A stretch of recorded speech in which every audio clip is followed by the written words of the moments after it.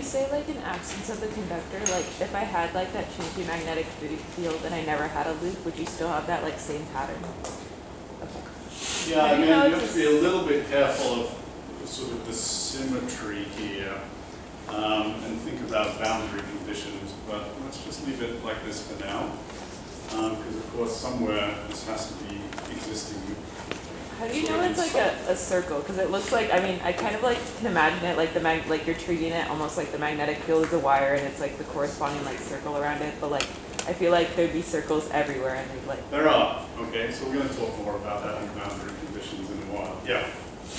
So, here you're saying these increases, I mean like as it goes, as the field lines go into the plane, like their strength increases. Yeah, so the magnetic field here is increasing, okay? Some uniform field in a region, I would suggest thinking of it initially as being a sort of circular region where there's uniform magnetic field, but it's not constant. It's increasing into the plane of the world behind me. So you have a follow-on question.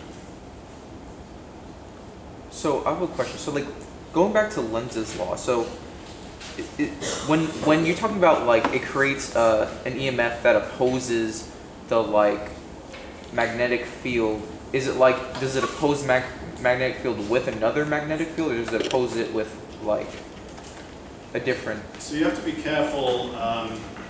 Like what vector is opposing the? So if I can make charges move, which is to say I have some conducting material that has free charges in it. If I have charges that can move, then I will induce an EMF that makes them move in such a way that they themselves, by virtue of moving, produce a magnetic field, but it is oriented and changing in a way that opposes the original flux change that is producing it. Okay? So where does this electric field, so first off, with no conductor, there aren't any free charges that can move here. It's just an electric field. Okay? So like that circle that you drew, is that like a conductor? It's not.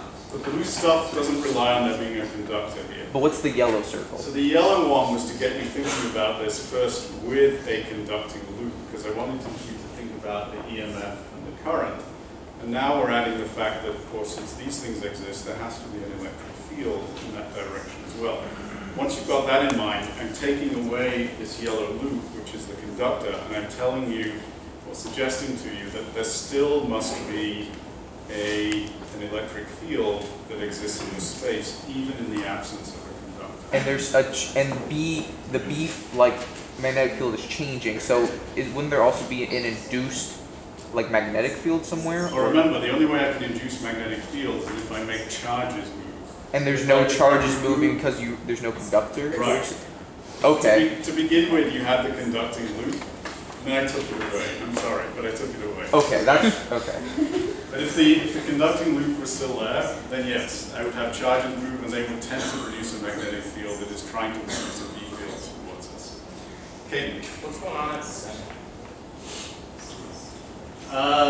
Well, okay. Again, the geometry and the boundary conditions here are a little bit important, but here there's really nothing. I mean, literally at the center, there's, if I only imagine this part of the circular loop, there would be no induced electric field at the center.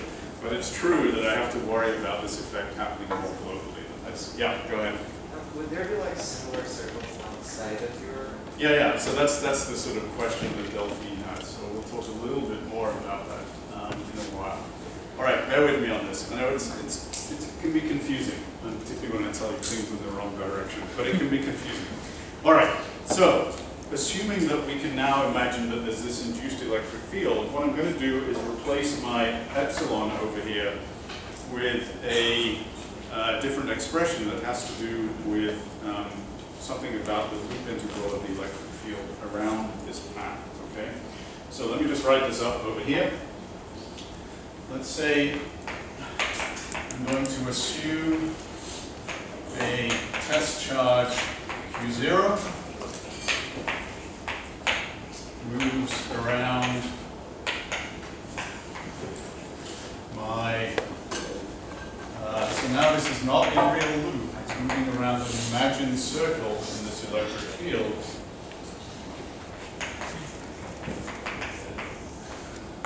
So what I can say about this is, going back to our definition of EMF, this really came from when we introduced EMFs from EMF devices, aka batteries. We define this as the work done divided by the magnitude of the charge, so here it is. The work done, of course, is going back to our original definition of work done from the first semester. It's this. And this, of course, is nothing other than Q times, okay, let me write this as E dot ds. And in this case, it would be E times 2 pi r. And then I'm dividing this by Q0. Okay, so let me quickly remind you what's going on here. Find the EMF like this. Work done is just the path integral of force along the line. I'm replacing the force here by the force on an imagined charge, test charge Q. It's in the electric field that is E. Again, with this rather simplified picture, assuming there's some circular symmetry here, I'm moving around a circular path of radius r. I'm traveling along the circumference, which is 2 pi r, and I'm traveling along this in a way that the path is always parallel to the electric field, so I can simply get this. And in this case, it will tell me that in this explicit case, it's just E at this r value times 2 pi r, okay? So this is for a circular imagined path with a circumference like this, but more generally, you can see, again, this is more general, that I can write the EMF here as simply the path integral around some loop E dot ds. Okay? So what I've done here is recast my original Faraday Lenz's law for cases where I have induced electric fields. I can now write this as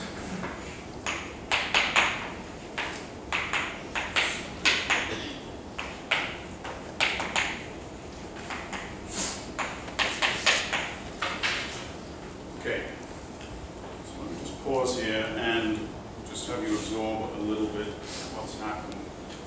So for the first time, we are seeing a scenario where a changing magnetic field induces an electric field. Okay? So remember, the theme in the past weekish has been that we've gone from steady state situations to ones that have explicit time dependence. So explicit time dependence here now tells me that at least one way of doing this is to have a changing magnetic field induce an electric field. So this is the first direct connection between electric and magnetic fields, and the fact that changing one will induce another. Okay? So this is our first major step towards unification of electricity and magnetism in the form of Maxwell's equations, as we soon. Notice now just the fact that we've got a change in one that induces another. Okay? Yeah, that'll be. If you change the magnetic field, does the electric field also change? Or is it like this E, is it constant usually? Like in our example of like the loop here, would our electric field during those 4.5 The answer is it depends on the situation, but there will be cases where it induces a changing electric field. And just to close this sort of line of thinking that I think you're pursuing, you may well ask, and we'll see this is true in the wild, that if that's true and we induce a changing electric field, is there some kind of inverse behavior which then comes back and changes the magnetic field? And there is. So it turns out this is a very synergistic pairing of E and B fields, whereby if one changes, it induces the other, and vice versa. And just so you know where this is going, again, for a look forward to next week, that's the basis of, in fact, what produces electromagnetic waves or light. Okay? So we've seen this sort of first interesting connection. All right, so I talked about the importance of induced E fields as opposed to electrostatic E fields. They don't have ends, they're just continuous loops. But otherwise, we can start to imagine them in this sense. Okay, let me push on a little bit. I know this is a little bit subtle. I want to talk about cases where I'm inducing an EMF. not from an explicit changing magnetic field, but from something else that's changing in my flux calculation. So again, this can be complicated. I can change the B field, I can change the area, or I can change the orientation between the two. So we just looked at a case where we changed the B field. I'm about to show you a case where we change the area, and then before the end of today's class, hopefully we'll look at a case where we change the angle, right? So let's look at a case where we change the area. And this will tend to fall under the category of what's called motional EMF. So an EMF that's induced associated with the motion of something.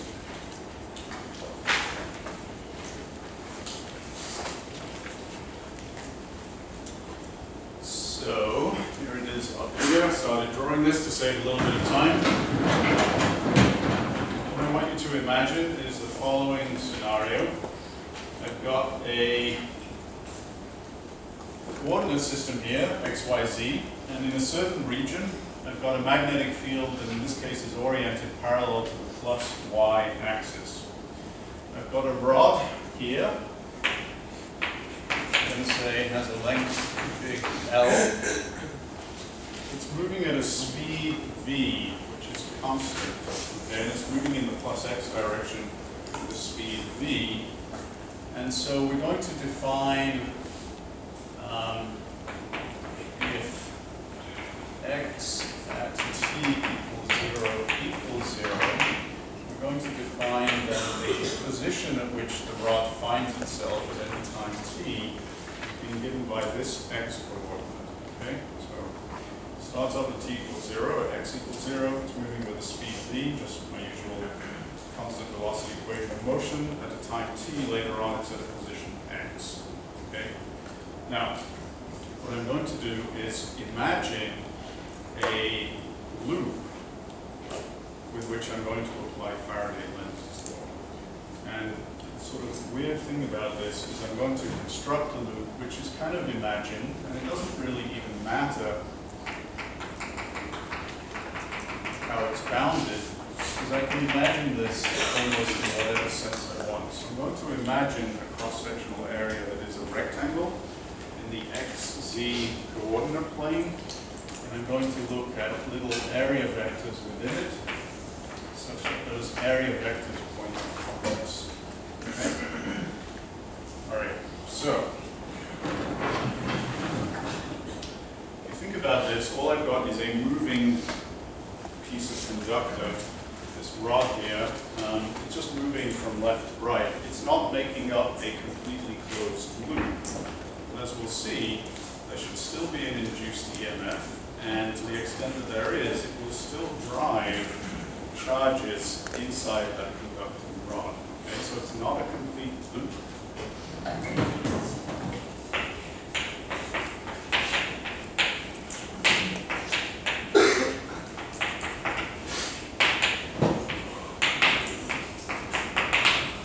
Okay, so let me imagine that rectangle as being my imagined area, and I'm going to figure out what the flux passing through it is.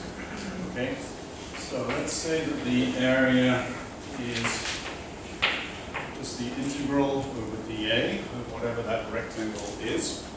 The magnetic field is aligned parallel to the area vector always, which is in the plus y direction.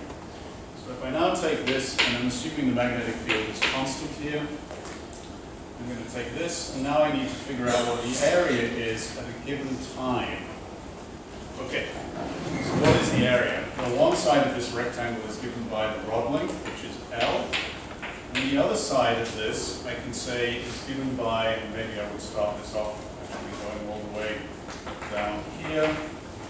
So that I start off at x equals 0, at t equals 0. So I can write this now as just L times V times T. Okay? So that gives me my area at any instant defined by time T. Good? Yep. Okay. All right. So as always, I care about my induced EMF. So I'm going to look at the time dependence of this. And if I simply differentiate this with respect to t, the t disappears. Okay? What I'm left with is the expression dphi by dt is just b times L times v. And in terms of sense of this, I'm inducing an EMF that is minus BLV. Okay. So let's see if we can think about what this does to charge carriers in that conducting rod. Right-hand rule again, and Faraday and Lenz's law. I'm pulling my rod to the right, okay? This magnetic field is supposed to be uniform in the plus y direction. So with this imagined area given by the yellow dashed rectangle, as time goes on, the flux increases within that rectangle, okay? Now, I want to induce an EMF in this imagined loop in such a way that it opposes this apparent increase in magnetic flux. So, if it does so, it wants to do so by producing a magnetic field to the extent that it can that is in the downward direction on this side. So, let's see. And I want to think about how my charge carriers in the rod will move. Okay, so if I've got positive charge carriers in the rod and they are moving to the right, I have a magnetic field that is upwards. By my reckoning, this suggests that positive charge carriers will tend to come in this direction, and negative charge carriers will tend to come in this direction. And again, think of this as an imagined current around this loop. Of course, it isn't a current around the loop because the current doesn't exist and there's not a conductor everywhere. But to the extent that it does here, then I'm driving charges around it in such a way that they will produce a magnetic field that is downwards in this region. Okay? So this is a little bit, I don't know, it's a little bit esoteric, let me say. There are two ways of thinking about the direction of this induced EMF. First off is again this imagined loop. I ought to produce an EMF, and to the extent that I can drive current, I will, consistent with that. It ought to produce an EMF that is going around this direction, and therefore positives to this end, negatives to this end. The other way of thinking about the direction of the charge carriers is just to think about positives and negatives as free agents within this rod, and figure out if they're moving within a magnetic field, what direction the force on them should move, and which direction of the rod they move in. Okay? So this actually makes charges move in the rod. It makes charges move to positive charges move to this end, and negative charges move to this end. So, bear with me, bear with me. This is the idea of an induced EMF. There's still an induced EMF, and then to the extent that there can be, there is current flow or charge flow, I think would be more correct.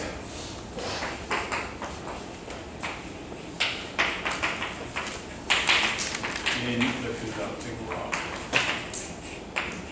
Okay, so I'm going to take this now and make it not just a thin rod, but actually a solid piece of conductor, and I'm going to go from that to that. Okay? All right, now what's a little bit different about this case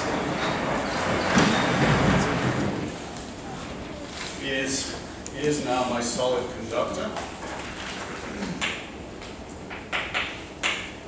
And I'm moving it, I'm pulling it to the right, let's say at constant speed. But now I'm imagining it, let's say, exiting from a region of magnetic field. So the magnetic field maybe has a boundary indicated by these red lines. It's moving into a region that to some approximation has no magnetic field. All right, so think about Lenz-Faraday behavior. I'm pulling this to the right. Now again, you can imagine this as forming, in some sense, a complete conducting loop, though it's a solid piece of conductor. What direction would you expect the EMF in this piece of conductor to be? And therefore, since it's a conductor, what direction would you actually expect the current flow in this piece of conductor? So, it's moving out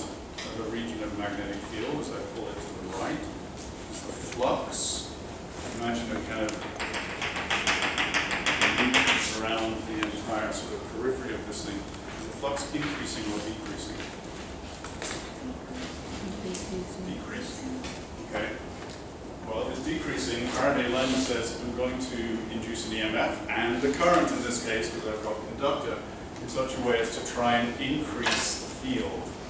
So what sense do I expect the EMF and current to be in this case? The direction.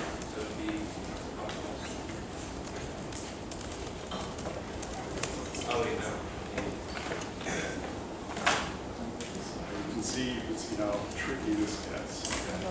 You want to give it a shot? Yep. Would it be the field going out? So the field's going in, Oh, right? So it crosses a field So- going into the plane of the board. So then charge is going clockwise would increase the field, so the ones in the opposite direction, so it means counterclockwise. So they want to Yep. decrease the Yep. So indeed, within this, let's say this barely visible dashed green line which represents an area where there's a magnetic field, I'm pulling it this way. So the amount of magnetic flux passing through it, as I pull it this way, is decreasing. The like induced magnetic field. Okay? But I want to oppose that decrease of flux through this imagined green loop. In order to do so, I presumably what? Clockwise flows so that you increase in the direction. Okay? So in fact, if I induce an EMF and a current flow in a clockwise direction, it's going to tend to produce a magnetic field in this enclosed region, which is into the plane of the board, so it's going to be, in that sense, opposing the decrease that comes as I pull this thing out. And indeed, that's what happens. So this will induce clockwise current flows in this conductor. So I know I'm kind of covering a variety of related phenomena rather quickly here. You can sort of see easily which one can get confused, but this is what's producing these macroscopic currents. Yeah, go ahead. What force is this? So again, this starts off in a region which has some magnetic field. This is bounded by this red dashed line, but I'm pulling it into a region where there isn't any magnetic field. So as time goes on, there's less and less distance in the field, therefore there's less flux through that imagined loop. Therefore I'm going to induce something which tends to try and increase it again. So thinking about which region of space you're considering with these either imagined or real loops is obviously very important. Let me illustrate this with a couple of demonstrations in a moment, but keep in mind that it's change that's critical here. If this thing were moving left to right in a uniform magnetic field everywhere, would I have an induced EMF or an induced current? So if this was constant across all of space, and I was just moving it at constant velocity, would I induce an EMF and a current?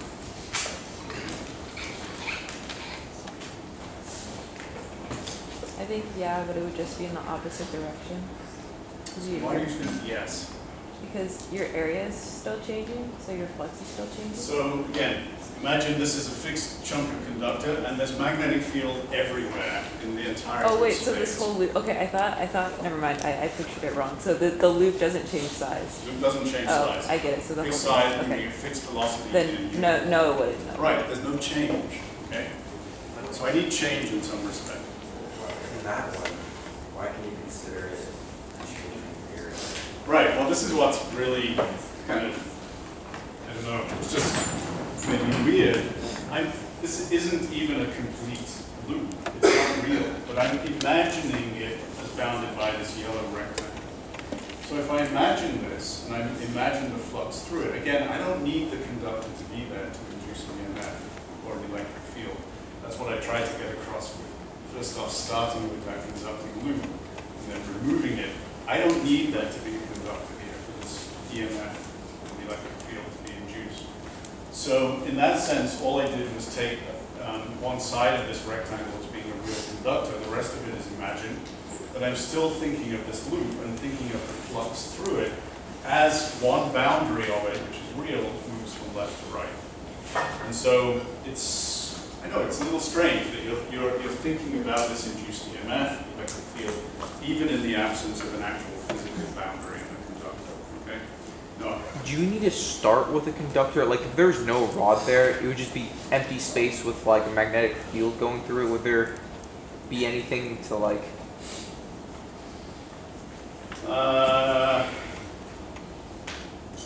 Right. Yeah, in the situation you're describing with no boundaries and nothing changing, no, it doesn't, it's meaningless. So somehow we need to have some physical boundary condition. Yeah. Right, this actually has a meaning, yes. Good question, slightly subtle, but good question. All right, let me show you a couple of fun examples of this. So my absolutely most fun example of the demonstration of the entire semester to begin with is this. He's like his iron lungs and he gets like something to the package. I'll try this. Okay. Let's see. I'm gonna pull. Okay, I don't know if you can see through this percent. It's a hollow copper tube. It's long or so. I've got a little permanent magnet, a really strong one. It's always a bit tricky to do without breaking it. But you can imagine what would happen, which I'm not going to do because it probably will break, if I drop this in free space. And as you would expect, it would simply fall with constant acceleration due to gravity and hit the floor. What I'm going to do instead is drop it in this copper tube and a reminder that it's hollow. Make sure you can see it's hollow. And in fact, this is small enough that it shouldn't necessarily touch the sides of the tube. So I'm going to drop it through here and have you guys tell me what you think is going to happen. So if I were to drop this in free space, constant acceleration due to gravity, you can tell me how long it takes to hit the floor. But I'm going to drop it through free space, but free space that's enclosed by a conducting loop. Noah. It's going to go really slow because it's going to induce a field in the opposite direction of its falling motion. Yeah. So let's see how long it takes. I'm going to drop this. I'm going to lift it up so it doesn't fall on the floor and break. Okay, here we go. It's gone.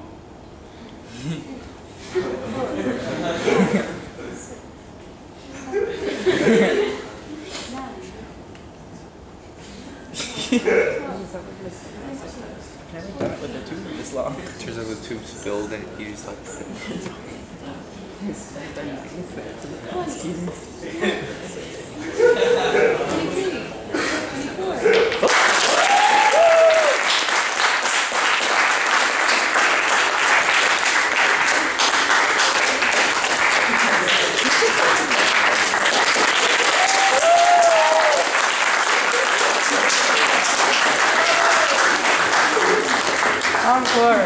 It's the coolest thing ever. I mean, this thing, simply because of a change in magnetic flux, it induces an EMF, it induces a current in this copper,